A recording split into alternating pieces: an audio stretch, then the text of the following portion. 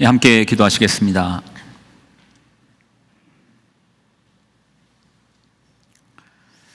마땅히 찬양받으시기 합당하신 하나님, 우리의 모든 마음과 우리의 정성과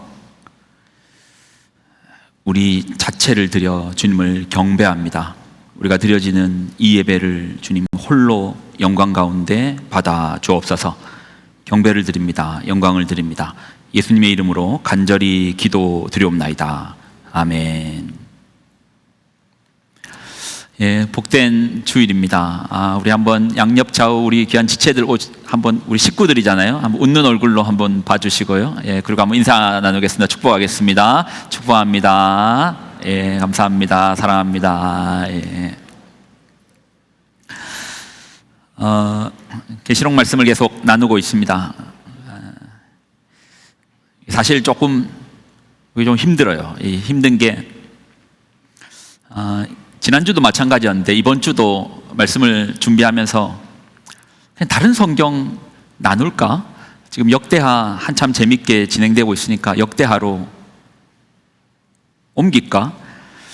계시록을 시작하면서 원고를 쓸 때마다 하는 고민이 이런 내용입니다. 내용이 어려워서는 아니고요. 그래서 쉽다는 건 아닌데요. 이미 몇 번 정리한 내용들이 있어서 또 그렇게 내용이 어려운 건 아닌데 어려운 건 결국 여러분들이 좀 어렵더라고요. 여기 듣는 여러분들이 어렵더라고요. 이 자리에서 계신 분들 중에는 신앙생활이 익숙하지 않은 낯선 사람들도 있을 것이고 또 처음 접하는 분들도 있고요. 또 어떤 분들은 교회 안 가면 아내랑 싸워야 되니까 3차 대전을 하기 싫어서 어쩔 수 없이 끌려오는 분들도 계실 건데, 근데 주일마다 심판, 종말, 또 사단, 마귀, 아주 시뻘건 원색적 성경의 말씀을 그대로 나누려고 하니 이게 원고를 쓸 때마다 이제 그분들 얼굴이 비춰지더라고요. 무섭게 할 의도도 없고 두렵게 할 마음도 없는데, 그러다 보니까 제가 이제 원고를 쓰는데 계속 하는 게 옛날에 보면 이제 부모님들이 아이들한테 김치 먹일 때 김치 물에 빨아서 주잖아요. 이렇게 헹궈 가지고 이렇게 주잖아요. 똑같이 제가 하나님 말씀을 헹구고 있더라고요. 물에 헹궈 가지고 어떻게 하면 좀 이 언어를 더 순화시키고 저자극하게 이렇게 전달할 수 있을까 이렇게 하는데 이제 그런 부분이 좀 어렵더라고요. 그런데 계시록 말씀을 특히 또 어려웠던 것 중에 하나가 이 말씀을 받드는데 그냥 하나의 이야기 듣듯이 듣고 흘려버리면 어떻게 될까라는 또 생각도 합니다. 성경의 맨 마지막에 자리 잡고 있고 또 그 무게값에 대해서는 계시록의 여러 군데서 그 무게의 중심은 나눕니다. 왜 어떤 무게냐면 반드시 속히 이루어질 일이라는 겁니다. 이게 그냥 우리 귀로 들었다가 흘러버릴 이야기가 아니고 이것이 우리 땅 가운데서 또 우리가 살아 생전일지 아니면 그 이유일지 모르지만 분명한 것은 우리가 살고 있는 시공간 안에서 이루어질 이야기를 나누는데 마치 이야기를 판타지 듣듯이 또 너무 딴 나라 이야기 듣듯이 아니면 우리랑 전혀 상관없는 이야기 듣듯이 당장 우리의 어떤 품행이고 행동이고 우리가 당장 한 가지를 바꿀 수 있는 작은 행동의 이야기나 아니면 어떤 경제적인 것이나 사회적인 이야기를 이야기하면 여러분 아마 귀 기울여서 들을 거예요. 나랑 밀접한 이야기니까요. 그런데 이 계시록의 말씀은 나랑 또 너무나 먼 이야기 같고 내 눈에 보이지 않고 너무 딴 나라 이야기 같으니까 다른 나라 이야기 듣듯이 아니면 판타지 듣듯이 듣지 않을까, 이제 그런 좀 조마조마한 마음들은 있습니다. 근데 여러분이 알고 있는 거 얼만큼 다 알고 있습니까? 제가 요즘 읽는 책 중에 칼 세이건의 코스모스라는 책을 읽고 있거든요. 우주에 관련된 내용이잖아요. 여러분 우리 지구라는 공간을 보면은 지구에는 순환장치가 있습니다. 특별히 이제 물을 매개로 순환장치가 있는데 강과 바다가 있고 그것이 햇빛을 비치면은 이게 기화한다고 하죠. 하늘로 이제 물이 기화돼서 올라가면 이제 구름으로 응축되고 또 날이 서늘해지면 그 구름에서 비가 내리는 이 순환장치가 있잖아요. 물을 매개로. 그런데 우리가 살고 있는 이 태양계 안에서 똑같은 순환 장치가 있는 그런 그 위성이 있는 거 아십니까? 그러니까 우리가 이제 저 하늘의 별 말하는데, 별이라는 거는 스스로 발광할 수 있는 태양과 같은 걸 별이라고 하지, 지구는 별은 아닙니다. 이 별에 종속되어 있는 플래닛, 그러니까 행성이죠. 행성이고, 또 우리 지구에 종속되어 있는, 지구의 중력에 종속되어 있는 위성이 있죠. 달. 근데 우리 태양계 안에 똑같은 지구와 같이 이런 순환의 형태를 가지고 있는, 엄밀히 말하면은 위성이 있습니다. 그게 이제 그 토성에 보면은, 토성의 위성의 자리로 있는 타이탄이라는 위성 들어보셨습니까? 이 타이탄이라는 위성은, 아마 타이탄이라는 말은 들어보셨을 거예요. 타이탄이라는 위성 속에는 똑같은 우리의 이 순환 장치처럼 기화하고 구름이 맺히고 다시 비로 떨어지는 그런 순환 장치가 있어요. 처음 들어보는 내용인데, 얼굴인데요. 아마 처음 들어보실 것입니다. 아니, 거기에 어떤 그런 장치가 있어. 근데 재밌는 거는, 우리가 이제 지구라는 곳에는 기반이 이 땅을 기반으로 있잖아요. 이렇게 딱딱한 땅을 기반으로 있고, 물이라는 것은 언제나 가변적으로 움직이는 말 그대로 물이잖아요.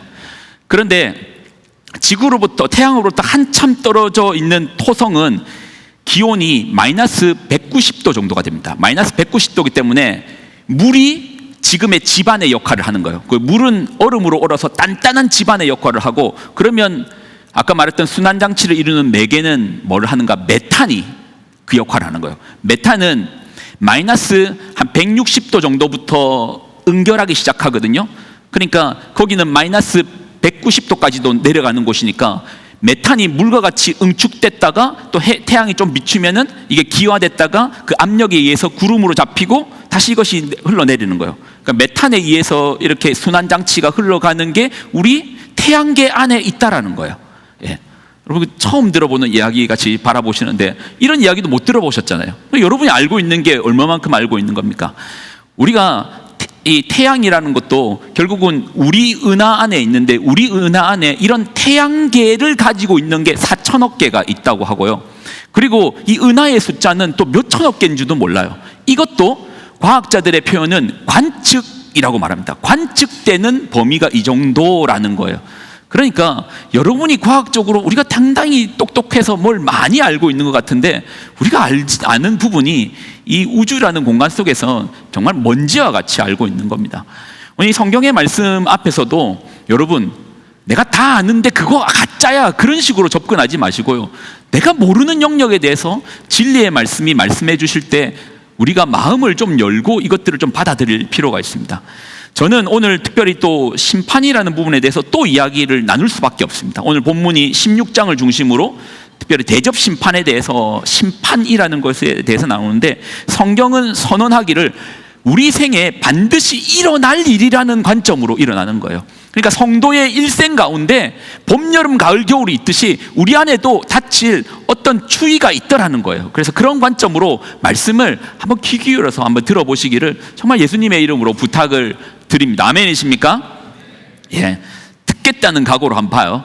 의문이 가는 거는 저한테 물으셔도 괜찮습니다. 의문이 가는 건 물으셔도 되지만은 이것을 그냥 딴 나라 이야기처럼 듣는 것은 그건 제가 너무 마음이 아플 것 같아요. 성경에 기록된 말씀을 중심으로 나누도록 하겠습니다.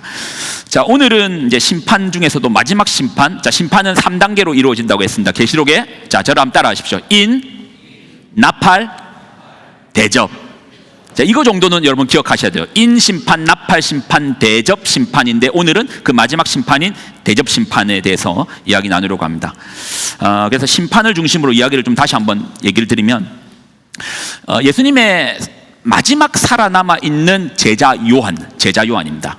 그가 90의 노구의 나이에 당시에 로마의 황제였던 도미티안이라는 황제가 있습니다. 우리는 박해하면은 네로 박해만 잘 아시죠? 근데 네로 박해보다도 더 무서웠던 박해는 도미티안 황제 때 도미티안 박해입니다.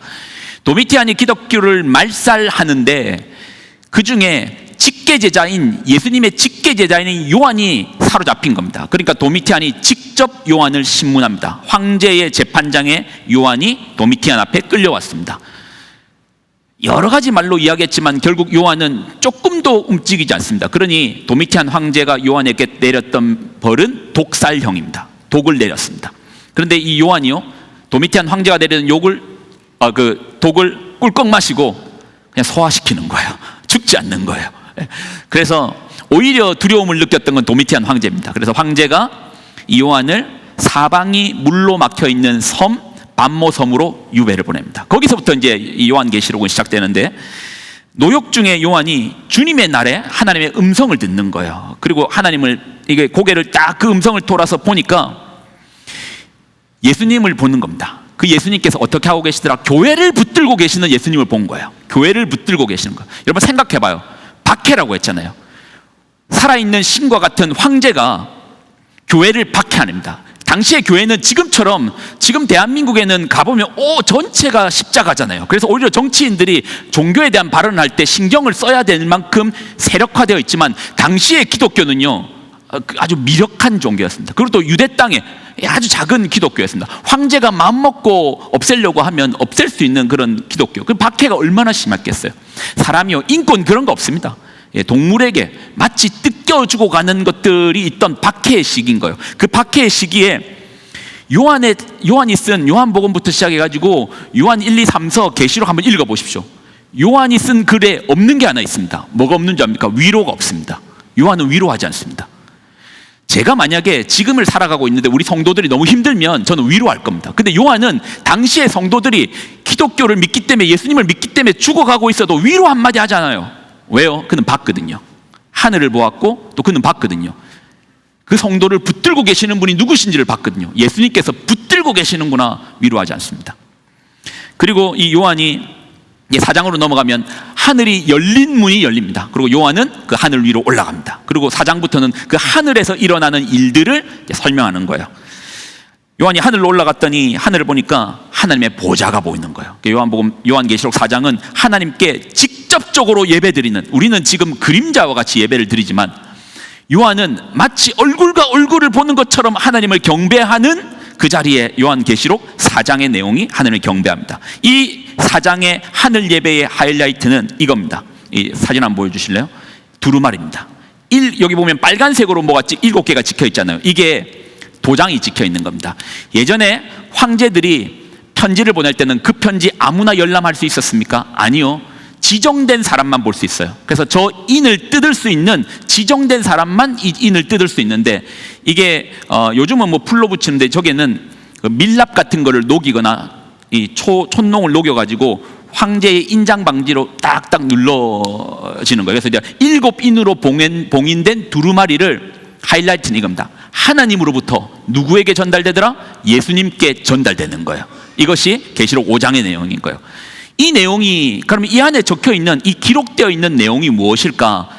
성경은 정확하게 말하지 않지만 계시록 전체를 볼 때 이 내용은 하나님의 칙서칙령입니다. 칙서칙령이란 말은 황제가 직접 내리는 명령인데, 하나님께서 이 땅에 종말 심판을 선언하는 내용이 거기에 기록되어 있을 것입니다.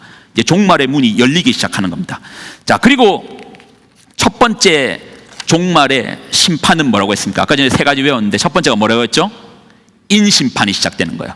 인심판은요, 뭐로부터 시작되는가? 이 땅에 첫 번째 인이 열리면서 첫 번째 심판은 이기고 이기려는 마음이 이 땅 가운데 팽배해지는 겁니다. 여러분, 부부가요 이기고 이기려고 합니다. 그럼 어떻게 되겠습니까? 한마디도 안 지려고 합니다. 어떻게 되겠습니까? 형제가요 이기고 이기려고 합니다. 어떻게 되겠습니까? 이웃이 서로 이기고 이기려고 합니다. 어떻게 되겠습니까? 싸움이 일어나죠. 전쟁이 일어나는 겁니다. 전쟁이 일어나면 지금 우크라이나와 러시아가 계속적인 전쟁으로 뭐가 올라갑니까? 무슨 가격이 올라갑니까? 곡물값, 원유값 다 올라갑니다. 곡물값이 올라가니까 그걸 사서 먹지 못하는 사람들도 생길 겁니다. 그래서 굶어서 죽고 전쟁으로 죽고 사망이 온 땅을 덮습니다. 인심판은 한마디로 말한다면 온 땅에 가득한 전쟁의 소리일 것입니다. 그리고 이런 인심판 가운데 성도들은요 하나님 앞에 기도하지 않겠습니까? 하나님 살려달라, 도와달라 기도하지 않겠습니까?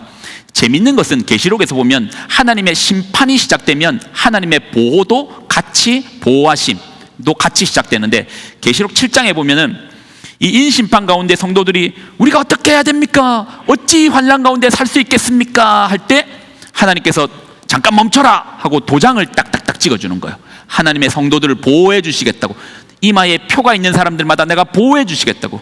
이 숫자를 상징적으로 14만 4천이라고 했습니다. 14만 4천 명, 정확한 숫자를 말하는 것이 아니고 상징적 무수한 하나님의 사람들에게 하나님 보호를 선언하십니다.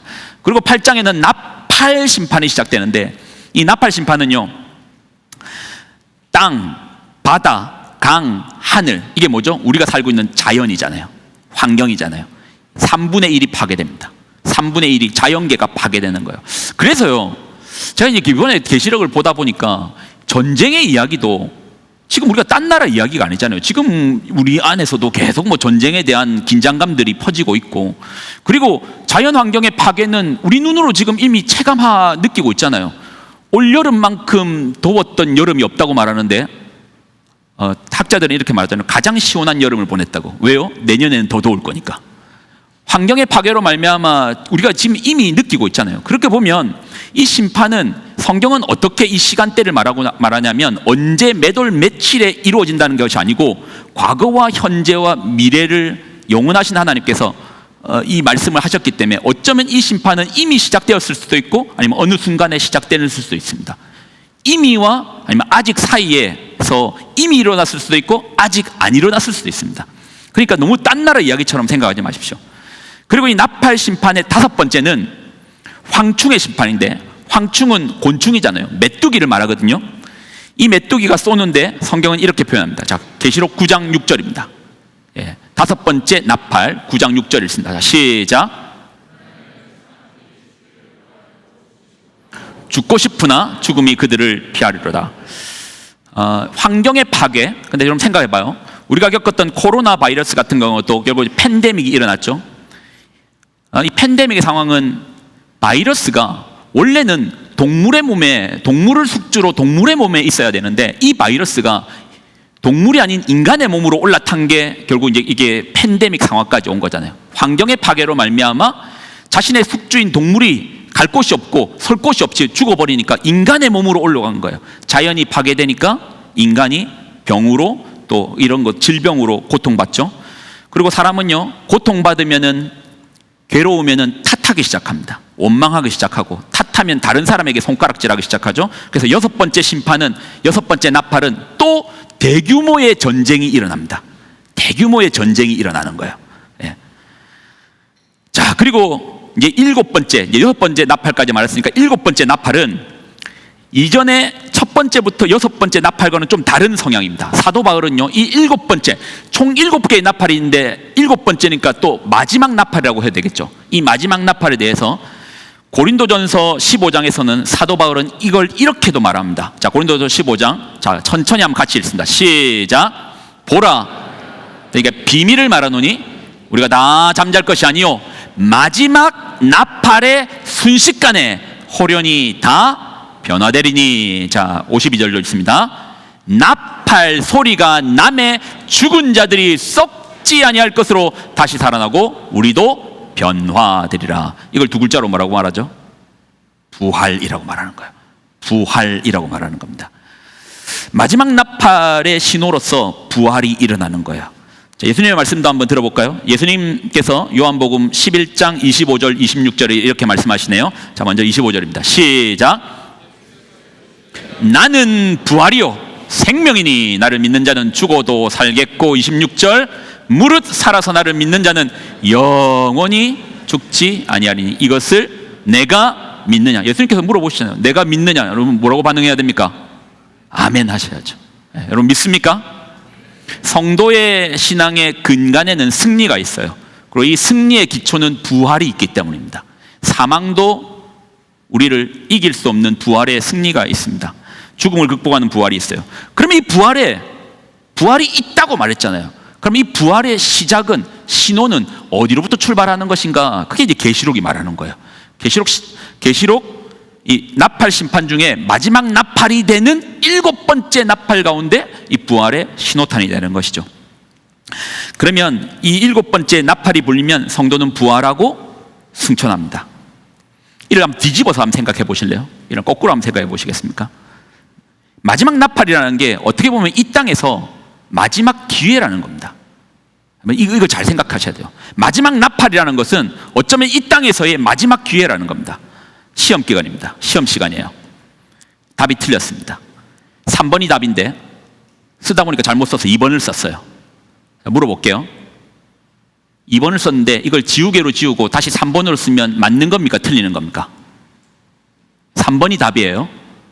근데 잘못 써서 2번을 썼어요.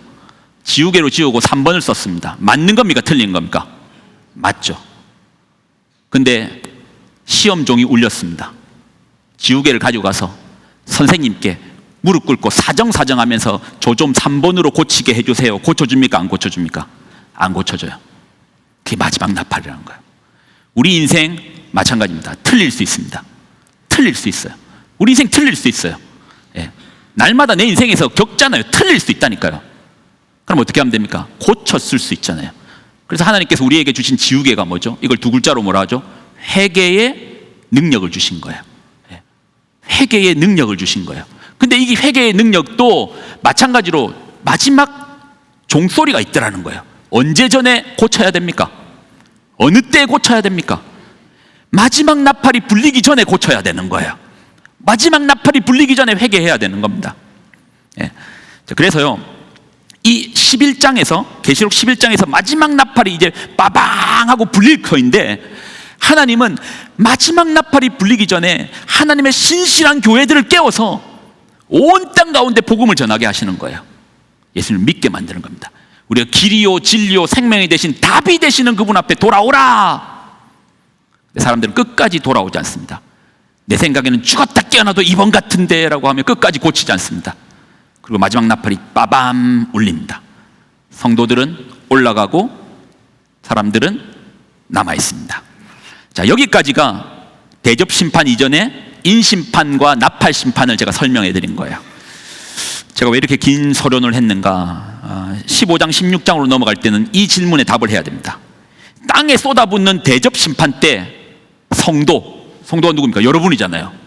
성도는 어디에 있는가에 대한 질문에 대해서 답을 해야 되기 때문에 제가 이 이야기를 드린 겁니다.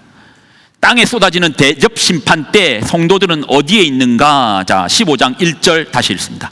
15장 1절 읽습니다. 자, 시작.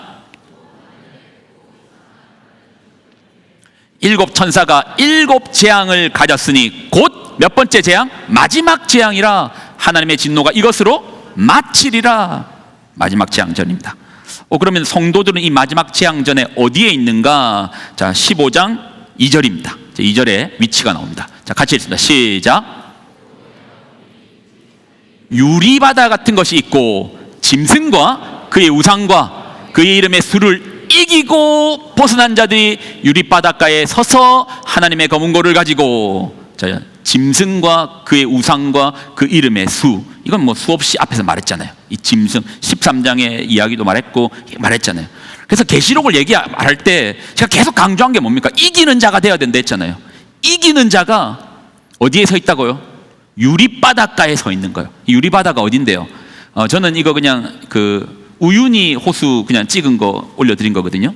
이런 이제 아주 수정과 같이 맑은 바닷가에 서 있는 거예요. 이 바다가 뭔데요? 이 바다가 어디에 있는데요? 이 바다는 이미 계시록 4장에서 한번 등장했습니다. 한번 읽어보실래요? 계시록 4장 6절입니다. 4장 6절 읽습니다. 자, 앞부분만 읽을게요. 첫째 줄만 읽습니다. 자, 시작. 보좌 앞에 수정과 같은 무슨 바다가 있다고요? 유리바다가 있고, 보좌 앞은 4장은 하나님께 경배하는, 하나님께 직접적으로 경배하는 데죠. 이 보좌는 의자를 말하거든요.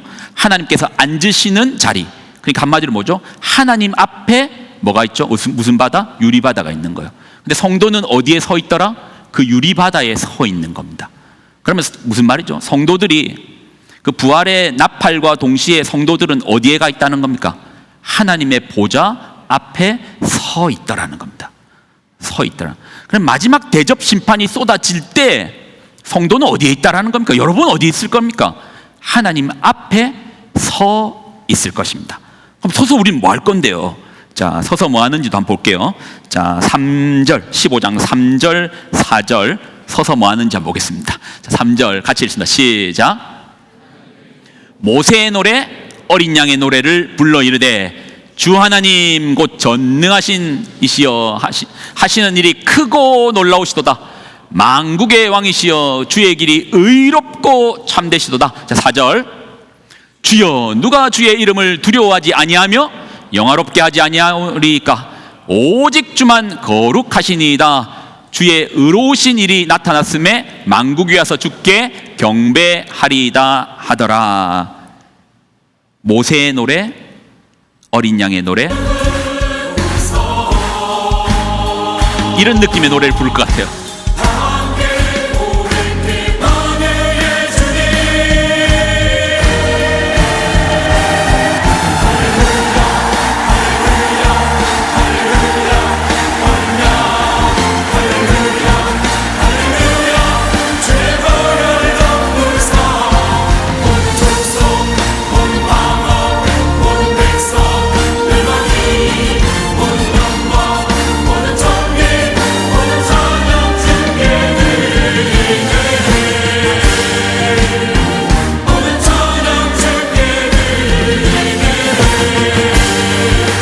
모든 찬양 주께 드리네.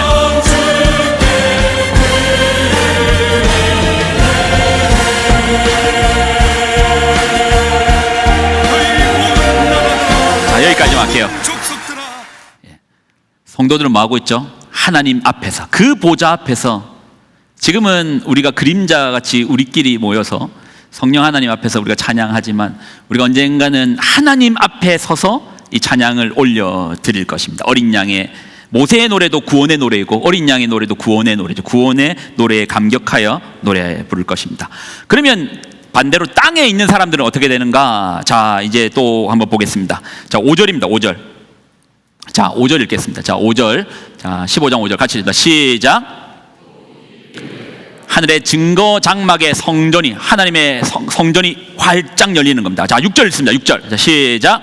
7지향을 가진 7천사가 성전으로부터 나와 맑고 빛난 세마포 옷을 입고 가슴에 띠를 띠고 7절. 내 생물 중에 하나가 영원토록 살아계신 하나님의 진노를 가득히 담은 금대접을 7을 그 7천사들에게 주리라. 마지막 대접 심판은 하나님의 진노를 담아서, 하나님께 지금까지 꾹 참고 오래 참고 오래 참고 오래 참고 긍휼의 하나님이 오래 참고 오래 참았던 그 진노를 꾹 가득히 담아서 이제 이 대접을 쏟을 천사들에게 하나님의 보좌로부터 직접적으로 나가는 거예요. 자, 그리고 하나님 말씀하십니다. 16장 1절입니다. 16장 1절 같이 읽습니다. 시작. 성전에서 큰 음성이 나서 7천사에게 말하되 너희는 가서 하나님의 진노의 7대접을 땅에 쏟으라 하더라. 땅에 쏟는 거예요. 그리고 16장이 바로 그 대접 심판입니다. 근데 여러분, 저는 이 대접 심판을 읽으면서 인나팔 대접이라고 했잖아요. 마지막 심판이니까 제가 좀 읽기 전에 기대했던 건 상당히 좀 강력하고 더 뭐 뜨거워도 그냥 진짜 팔팔 끓고 그 고통과 그 심판의 그 하나님의 진노를 꾹꾹 날라담았으니까 더 강인할 줄 알았는데, 생각보다 읽어보면 16장을 읽어보면 조금, 이런 표현을 써서 죄송한데 좀 시시해요. 무미건조합니다. 여러분 직접 한번 읽어보실래요? 자, 16장 2절과 3절 첫 번째와 두 번째 대접 심판만 보겠습니다. 자, 2절 3절 시작. 첫째 천사가 가서 그 대접을 땅에 쏟음에 짐승의 표를 받은 사람들과 그 우상에게 경배하는 자들에게 악하고 독한 종기가 나더라. 자, 3절도 있습니다. 둘째 천사가 그 대접을 바다에 쏟음에 바다가 곧 죽은 자의 피같이 되니 바다 가운데 모든 생물이 죽더라. 별로 다른 어떤 표현들이 없이 그냥 이렇게 조금 무미건조한 느낌으로 마치 남일 얘기하듯이, 옆집에 불난 거 얘기하듯이, 우리 집에 불나면 내 일기장이 탔네, 우리 엄마가 울고 있네, 우리 아빠 너무 힘들어하네, 그렇게 뭔가 이야기가 많을 건데 남의 집에 불나면 불났네, 소방차 왔네 정도만 얘기하잖아요. 왜 그런가? 하나님의 관심은 언제나 성도에게 있고, 또 하나님의 관심은 파괴가 아닙니다. 하나님의 관심은 심판이 아닙니다. 하나님의 관심은 구원입니다. 이 구원받은 성도들이 어디 있죠? 하나님 앞에 있으니까 이 마지막 심판에 대해서는 오히려 인심판과 나팔 심판보다도 그 분량이 별로 필요가 없는 거예요. 왜요? 하나님의 모든 관심을 받는 성도들은 지금 하늘 위에 하나님 보좌 앞에서 찬양하고 있거든요. 자, 그리고 이제 우리가 마지막으로 살펴본 것은 이 마지막 대접 심판의 7번째만 같이 한번 읽어보고 마치겠습니다. 마지막 7번째 대접만 보겠습니다. 자, 띄워주실래요? 자, 같이 읽습니다. 시작.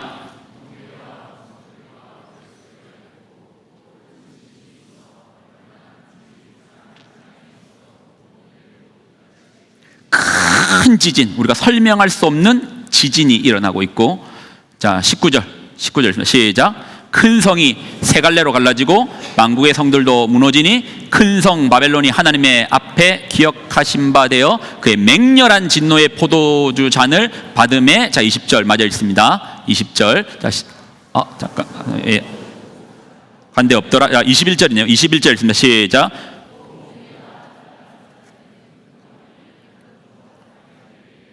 사람들이 그 우박의 재앙 때문에 하나님을 비방하니 그 재앙이 심히 큼이니라. 저는 이 얘기를 하면서 좀 이제 마치고 싶은데요. 우리가 인생을 살고 있고 인생의 끝에는 두 가지의 극명한 차이가 있을 겁니다. 그 차이는 얼마만큼 내가 부를 이루었다, 명성을 얻었다의 차이는 아닙니다. 성경이 보여주고 있는 이 차이는 마지막 어떤 말을 하는가로 끝내요. 우리가 읽었던 서두에 이 부활하여 하나님 보좌 앞에 서 있는 성도들은 뭐 하고 있죠? 하나님을 찬양합니다.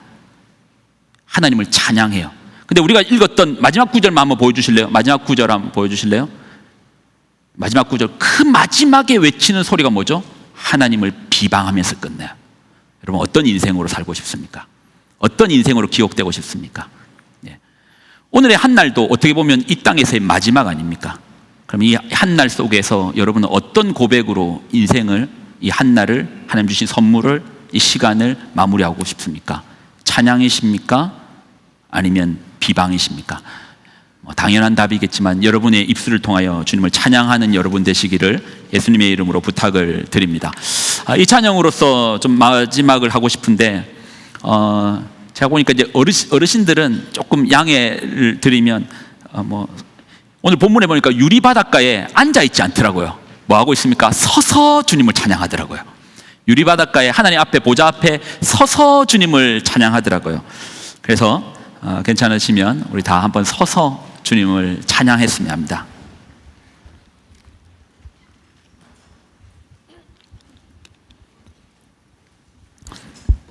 마지막에 이 찬양이 울려 퍼질 것 같습니다.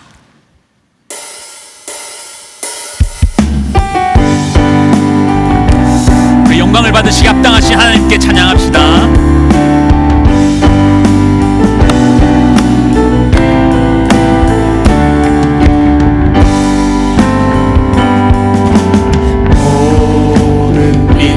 만원들 가운데 수많은 주 백성 모였네.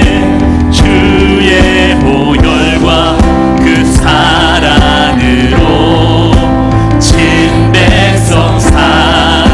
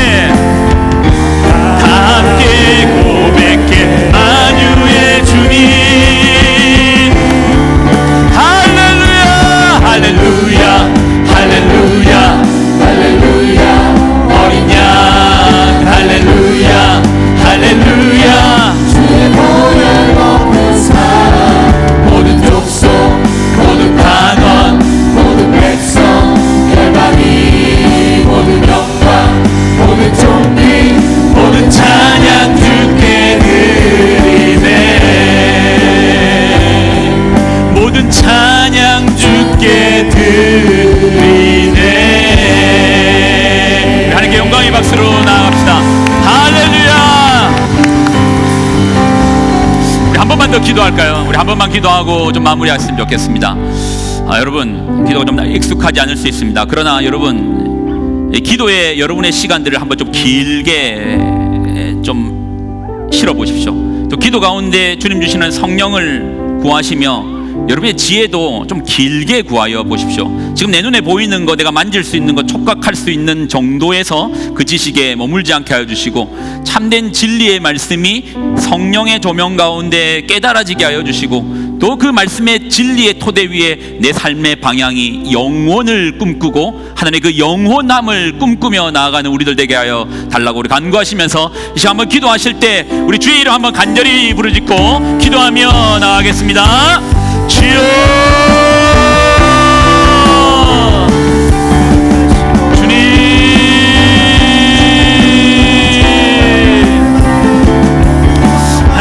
하나님 우리 바닷가에 서서 주의 백성들이 서서 짐승을 이기고 그 수를 이기고 그 우상을 이긴 자들이 하나님 주 앞에 서서 주님 앞에 경배하며 하나님 모세의 노래, 하나님 구원의 노래, 어린 양의 노래를 부르며 주님을 찬양하며 경배하기를 소원합니다. 우리가 이 땅 가운데 하나님, 우리가 세상의 곳 앞에서 마음을 빼앗기는 것으로 하나님 인생이 비방으로 끝나지 않게 하여 주시고 주님을 찬양하며 경배하며 주님의 이름을 높여드리는 영광과 경배가 있는 산대도로 주여 우리 삶, 우리 성도들의 삶을 주여 붙들어 주옵소서. 참된 주님 앞에 경배하는 그 믿음의 얼굴들을, 믿음의 승리들을, 믿음의 지혜들을 허락하여 주옵소서. 그래요 이기는 자 되도록 이들을 붙들어 주옵소서.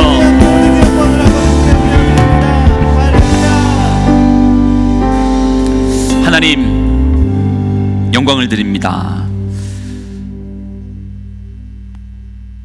이 지혜가 우리의 삶과 멀리 있어 보이지만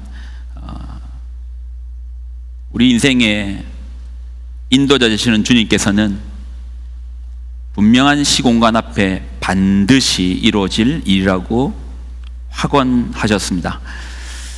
우리가 우리의 지혜가 짧아 그 앞에 온전한 믿음을 드리지 못할 때가 많습니다. 주님, 이 시간 성령 하나님 임하셔서 우리의 지혜와 지식의 확장성을 허락하여 주시고 주의 말씀 앞에 정말 믿음을 다하여 아멘으로 화답하게 하여 주시고 우리가 끝이 어떤 자의 끝까지 온전한 인생의 답을 찾지 못하여서 이 땅에서 대접 심판을 받아 그 입술이 비방으로 끝나는 인생 되지 않도록 오늘 우리의 마지막 나팔이 불리기 전에 참되신 길이요 진리요 생명 되시는 예수님 인생의 답을 붙잡아 우리도 하나님 앞에서 주님의 살아계시는 그 구원의 역사인 모세와의 노래와 어린 양의 노래를 부르는 그 대열에 우리를 합류시켜 주옵소서.